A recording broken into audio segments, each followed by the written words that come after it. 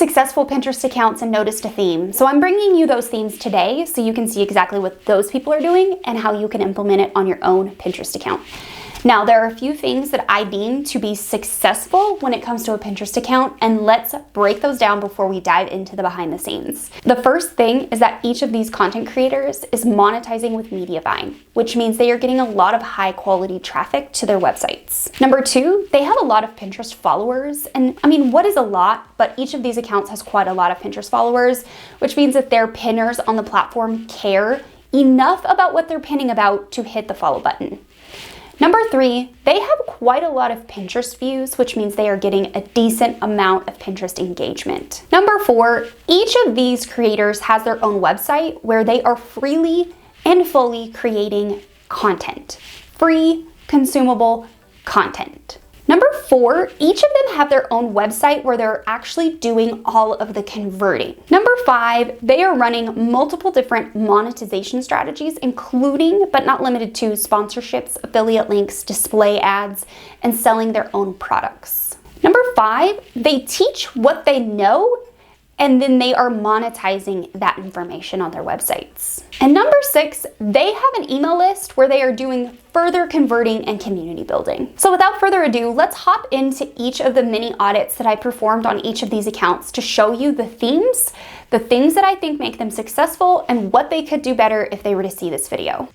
So let's talk about the Pinterest accounts I have outlined and what makes them successful. So each of the categories that I am talking about today, as you can see here on all Pinterest users, under categories and interests that are the most popular on the platform are home decor and DIY. One account encompasses both. Women's fashion, that's the second account, and then food, which is a little bit lower down, but it's still 60% of the Pinterest audience is interested in food. So let's talk about these three industries and what makes each account successful. I'm also going to show you their websites, and we are just going to do a brief audit of every single account I've picked out. Now, just a really quick transparent note, none of these accounts are my clients. None of these accounts I have ever touched or worked on. I do not know any of them. I simply went to the search bar, searched a common term in their industry, found each of these accounts, and here we are a couple of hours later after doing a lot of just research and digging into each account. So the very first one that we're going to look at is Style by Savina. Savina is a capsule wardrobe and minimalist fashion blogger. She's really passionate about her capsule wardrobe, sustainable fashion, mindful living, and neutral outfits. So I can see this is a very tight niche for her, and I can see why she does well. So the very first thing on my notes for Savina is she has 8.9 thousand followers and 2.4 million monthly views. Now, we're going to get into this afterwards, but essentially, I think that this account is successful because of what I see on her website, not necessarily what I see on Pinterest. But just kicking things off at the top, she has a very clear banner. It could use some words. I'm going to tell you what's working on these accounts, and I'm also going to tell you what could be improved. So I really like when banners actually use words to help. It's like a billboard on the interstate. You're flying by at 70 miles an hour, or like 95 miles an hour if you live in Texas, and you can see exactly who you're serving and how you're serving them really fast as soon as they land. They don't have to read any of this if you put it on your banner. So banner's great. I would use some words. Title of the profile, your display name. It's very clear. You're using keywords here.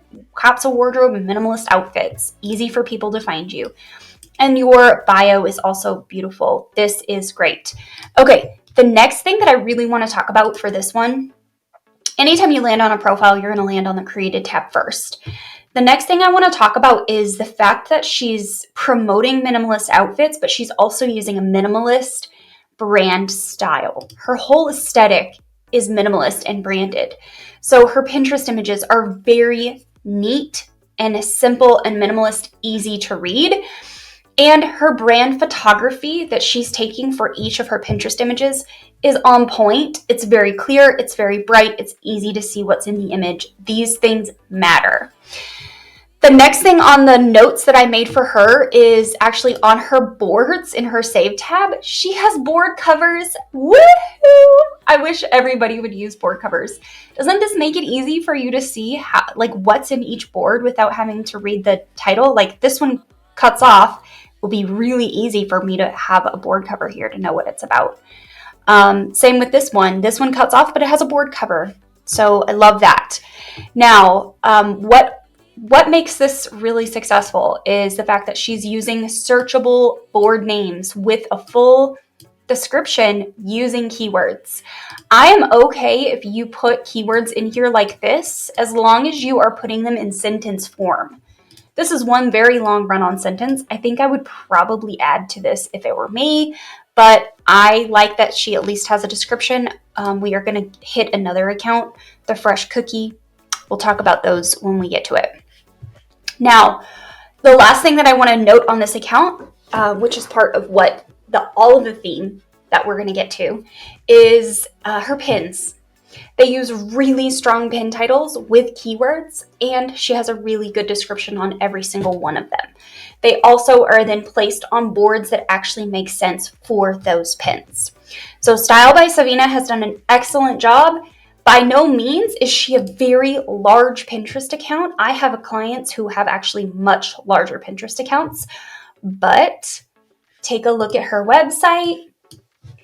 She is on Mediavine, which you will see if you actually click over to one of her blog posts. So let's just go to blog and click on one of her blogs, and you can see very, very quickly the ads that start showing up.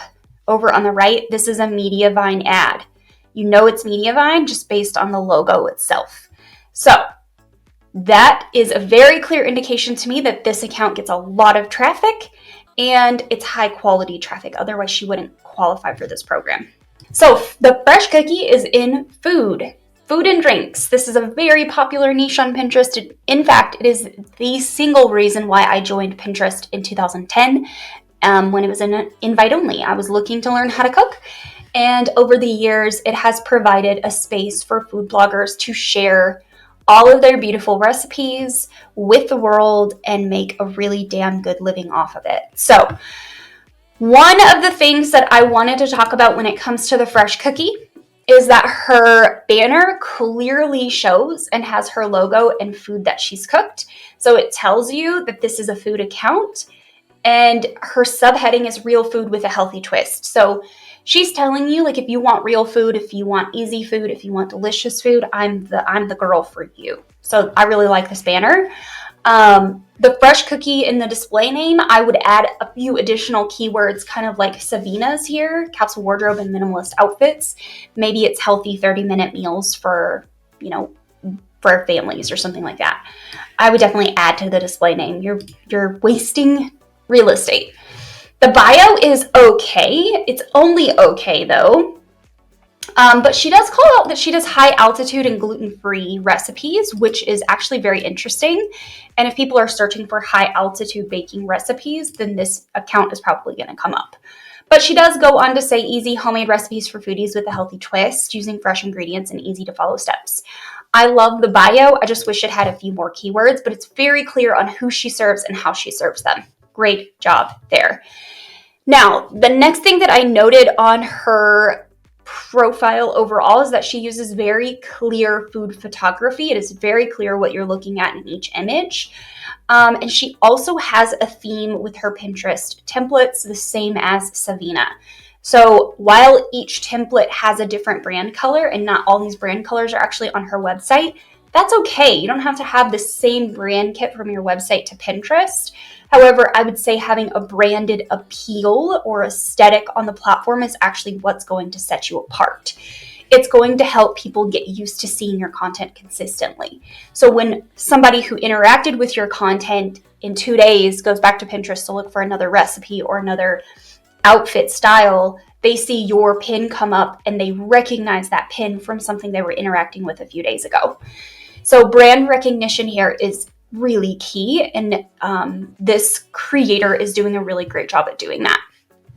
The next thing in my notes for her, and this is the same theme across every account, is that she's using really good board titles, very searchable board titles. She's not using board covers, which I wish she would be, because these boards make my ADHD brain scream, but she is using board covers. And I will say, I do wish that she were using better board descriptions. She does have keywords in here, kind of like Sabina does.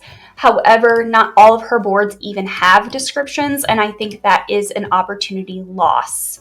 These two do. These are the only two I've clicked on so far in this recording, but when I was doing some deep dives into her profile, I did notice that some of her boards did not have descriptions at all. So that is a loss on her part, and I definitely would assess that and address that ASAP. Okay, moving on to the Fresh Cookies website. I'm going to cover after the screen recording a few things that I think make these accounts successful and really stand apart, and just basically key takeaways. So we're going to get into that in a moment, but on the Fresh Cookies website, as soon as you land from a pin, you're landing on a recipe, which is great. She's linking directly to recipes. It's very clear what she offers and how she helps people. So once people land here, if it is a resource that they enjoy, if it is something that they want more of, they know that this person is going to be able to provide it, because she's done a really great job with her content. It's very clear. She also has ads on Mediavine, so keep track of that. Now we are moving on to the DIY home decor blog. This was the first one that I found in this space when I searched like DIY home decor, and this person came right up, and voila, no wonder, because she uses DIY home decor in her display name. So for the fresh cookie, this is why I would use your main keyword in your display name. So the things that I noticed for Refabbed for this creator is that her display name and her banner are very clear on what she offers and how she can help people. And then her bio actually goes further into that. So if you're looking at decorating on a budget with easy and fun DIY home projects, I'm your girl. This is very clear, succinct, to the point, and this would be an instant follow for me if I were into this kind of thing.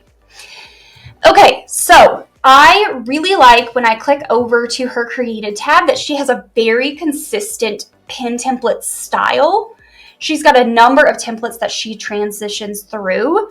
However, the words are very clear, to the point, they're easy to read. Her brand font is not the easiest to read, but she is using that as her logo and not the main font for the pins. So I think this is actually totally great, and I love this.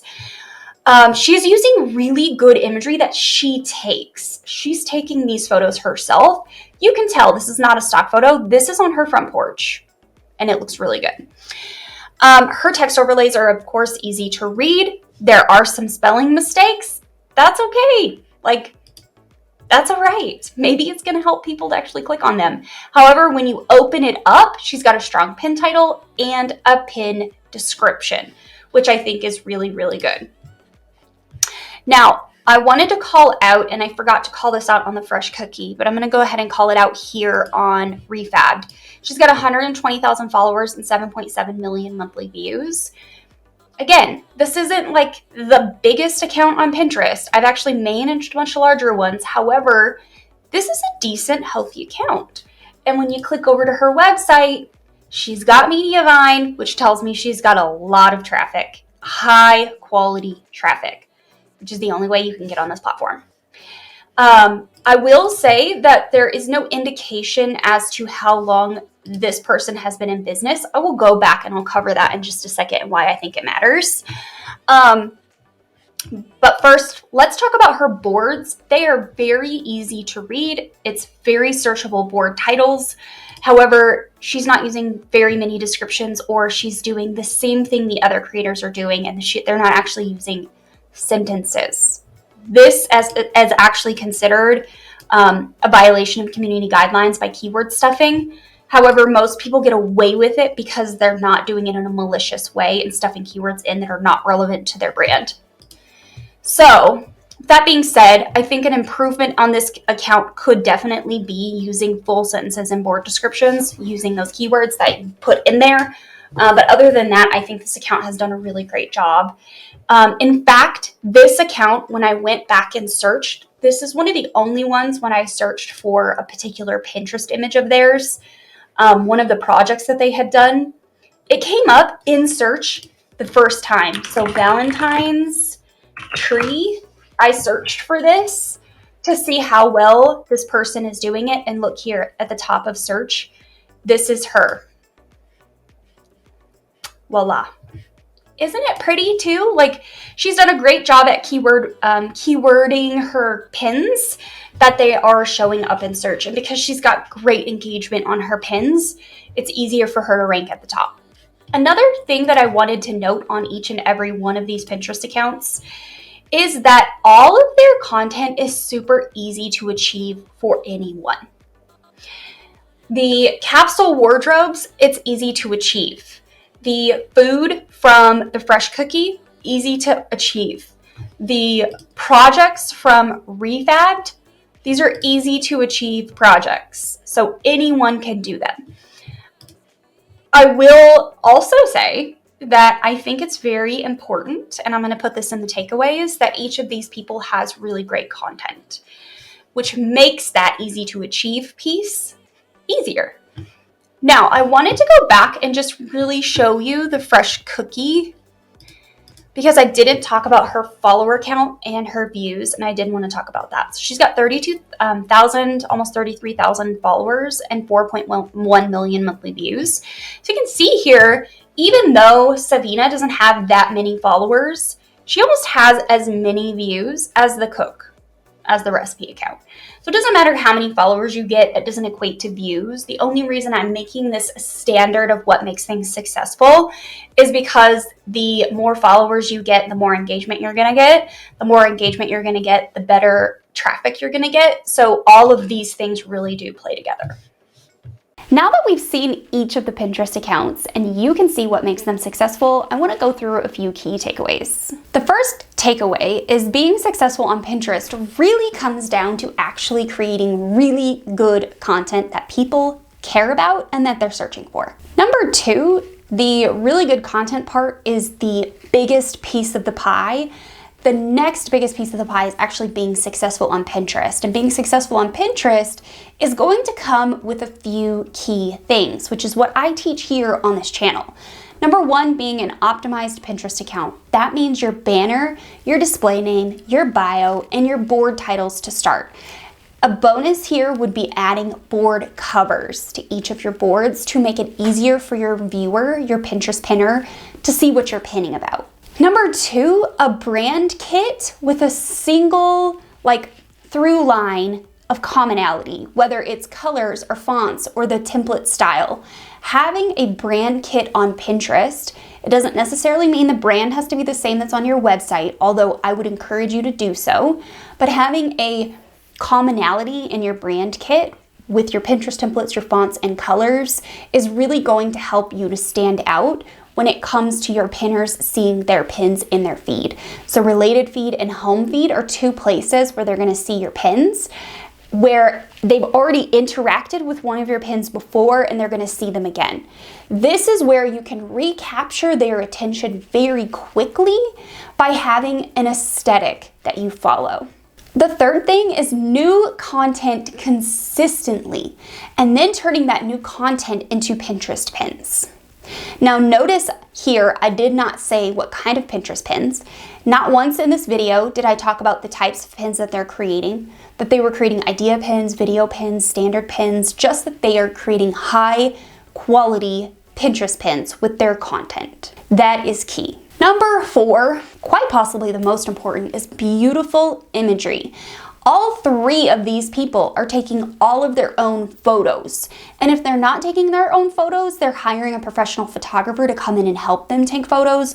But I have a sneaking suspicion that all three creators are actually taking all of their own brand photos. It's really easy to do today with a cell phone that has a camera with a lot of megapixels and a lot of editing capability. I don't care what kind of phone you use. It could be Apple, it could be Android. It could be a Barbie phone for all I care. As long as you are taking beautiful photos that really clearly speak for themselves, that is going to be what sets you apart on this platform. And last, but certainly not least, I mean, I can't not mention this part, but well-optimized Pinterest pins are going to help you to not only get more engagement, but also to help you to show up in search. Because remember, Pinterest has a two-sided algorithm coin, and one side of the coin is search and the other side of the coin is engagement. So all three of these accounts have been successful because they're doing really well in search, but they're also doing really well with engagement because they have highly optimized, highly clickable Pinterest pins with really great imagery and really easy to read text overlays. So now that you know what all of these successful Pinterest accounts are doing in these huge industries on Pinterest, head on over and watch this video, Pinterest Strategy, what I would tell my friends, to get started on your next steps of analyzing and creating your own Pinterest marketing strategy. I'll see you over there.